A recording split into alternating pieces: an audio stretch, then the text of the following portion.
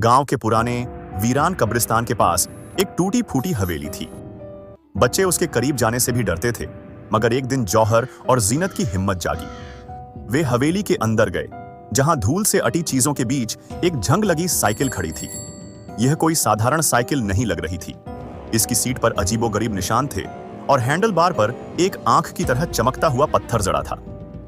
जैसे ही ज़ैनत ने उसे छुआ, हवेली में एक रहस्यमय ठंडी लहर दौड़ गई और खिड़कियां जोर से बंद हो गईं। जौहर ने डरकर उसे बाहर निकालने की कोशिश की। जैसे ही वे साइकिल को हवेली से बाहर लाए, साइकिल ने खुद ब खुद थरथराना शुरू कर दिया और हल्के से हवा में उठ गई।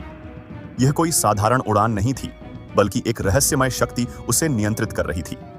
रात के समय साइकिल खुद ही चलने लगती और उन्हें वीरान जंगलों और अंधेरी जगहों पर ले जाती। एक रात वे एक पुराने कुएं के पास रुके, जहां एक जिन्न दिखाई दिया।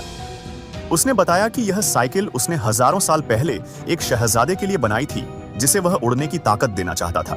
लेकिन शहजादा अपनी ताकत का गलत इस्तेमाल करने लगा, तो जिन्न ने साइकिल को यह बद्दुआ दी कि यह उसी को उड़ाएगी जिसके इरादे पवित्र हों, और जो बुरे इरादे से इस पर बैठेगा उसे तबाह कर देगी। इस जिन्न ने यह साइकिल हवेली में छिपा दी थी और अब उसे जौहर और ज़ैनत में वह पवित्रता नजर आई थी जो उसे चाहिए थी।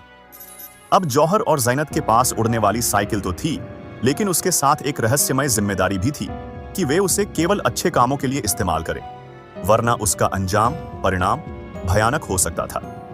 अब हर उड़ान के साथ उन्हें यह सोचना पड़ता था कि क्या वे इस ताकत का सही इस्तेमाल कर रहे हैं या नहीं।